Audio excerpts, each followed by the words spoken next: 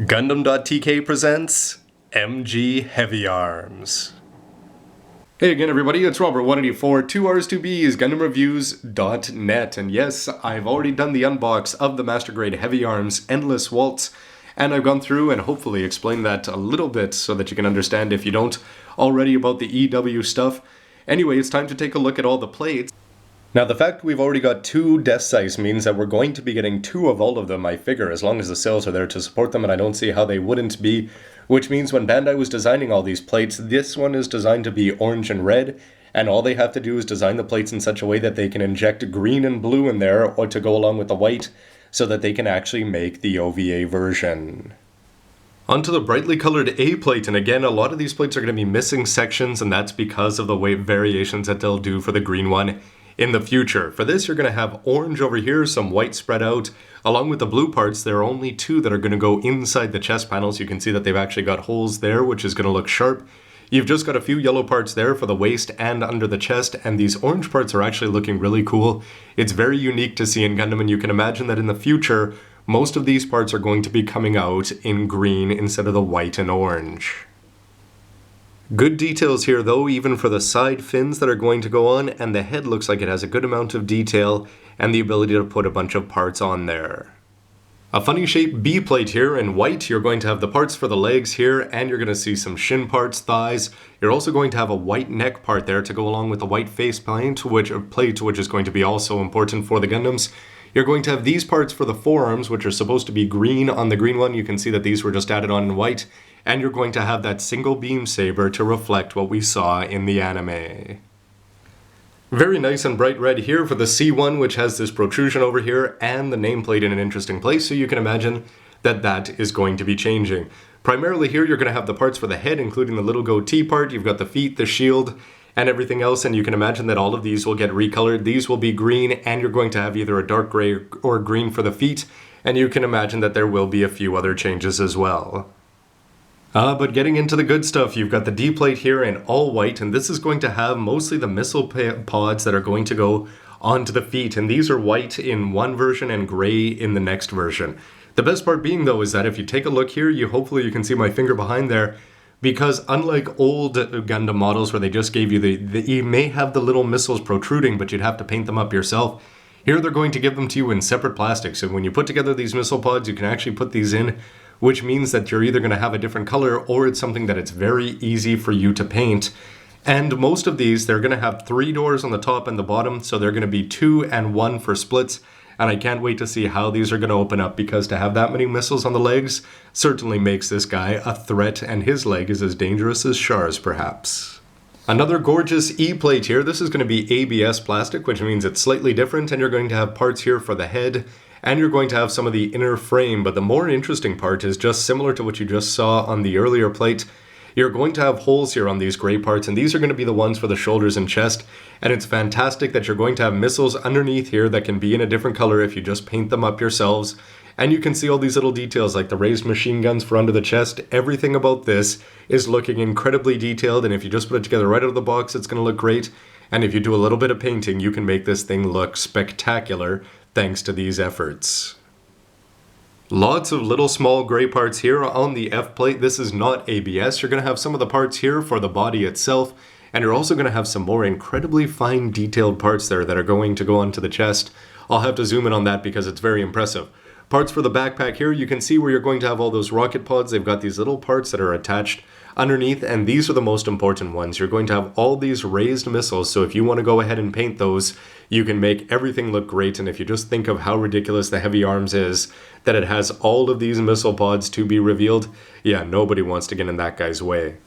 Still with the F plate though, it's just these kind of details that when you open up the chest and you're going to see that much place, you've got lining opportunities, and if you wanted to paint this up and adds a metallic feeling to this, I'm sure you could absolutely do a great job with it. Even the shoulders are going to have this kind of detail in there. Everything about these parts are looking great so far, and again, there's all those raised surfaces that are going to be very easy for you to paint so that you can offset, but as it is, they are going to be the same gray, so they are going to look slightly different just because of the fact that they are different pieces of plastic. It is just slightly unfortunate that they weren't done in another color on the plate, so that even lazy modelers could get the full effect of the Heavyarms awesomeness.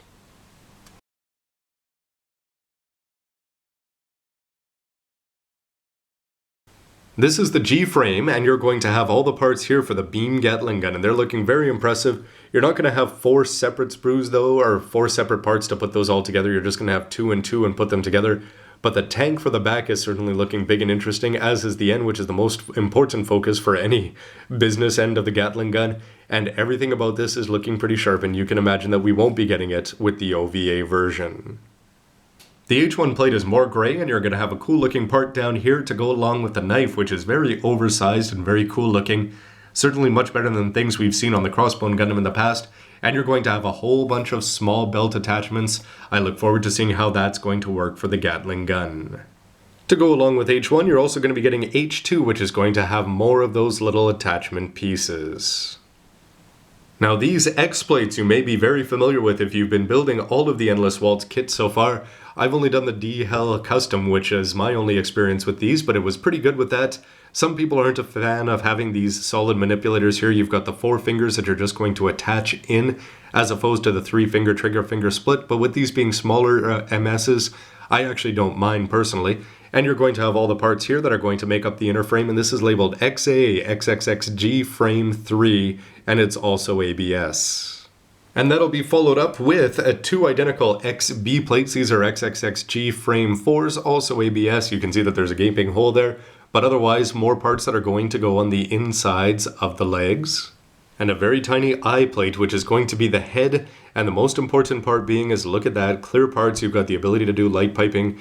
You can have this part go all the way through for the camera lens on the front and the back, and the eyes, which of course you can cover up in with seals if you're lazy. Finally, a small plate of polycaps there, not all that much to go with this. This is PC205. One awesome addition is that even though we've gotten wires in lots of Gundams before, they're usually just a small kind, and I'm thinking of the screw whips for the Crossbone Gundam. But here you're actually going to get 5 that are attached together, and this is going to bend and provide all sorts of flexibility when you actually put together the belt that attaches the backpack to the Gatling gun. And you can see the eyes and the camera lenses there, so if you want to put these on, I'm sure it's going to look good. But if you wanted to paint it, you could certainly have that option because they are generously giving you that nice clear part. And if you're a fan of making your Gundams look fantastic, Katoki Hajime always gives you all of these options for putting the stickers on. You're going to have regular decals here, so you've got these ones here which are just marking seals. You can just peel that off, put them on, and add a whole bunch of red to go over this red and orange body. And you're also going to have some dry transfers, and there's a few of these that I may actually be tempted to put on. You've got some gray there for the names and some cool white trim, and these especially look good on this side of the chest, and I wonder if I'll actually put those on. So right out of the box, I could not be more excited with what we're seeing here. First of all, the primary colors that they're going to give you. Some people may say that I've been droning on too much about the green one that we're getting in the future. That is really important to me just because it is the animated of the one and the one that we've seen for many, many years. But this one being orange and red, I think it's just fantastic. There's tons of red that's going to go in there. Not a lot of orange, but it's going to complement the yellow, the orange, and the red is going to go together very well. The details like those little tiny blue parts that are going to go into the chest, and all the details with the weapons, with the best one being those missile, when you open up the hatches, you're going to see them there, and if you want to paint them up, which is very easy to do, just run a Gundam marker over them, a silver one, and that would be more than enough. Combined with the ingenuity of the XA and XB plates, I cannot wait to put this together, so I'm going to leave it there. Why don't you let me know what you think of the unboxing of this Heavyarms? Lots of speculation about the plates. I can't wait to see how much of that is right and wrong. And why don't you let me know what you think with a comment down below. Anyway, everybody, Robert184, gundam.tk. See you next part. I hope they don't stick him with purple Gatling guns in the future.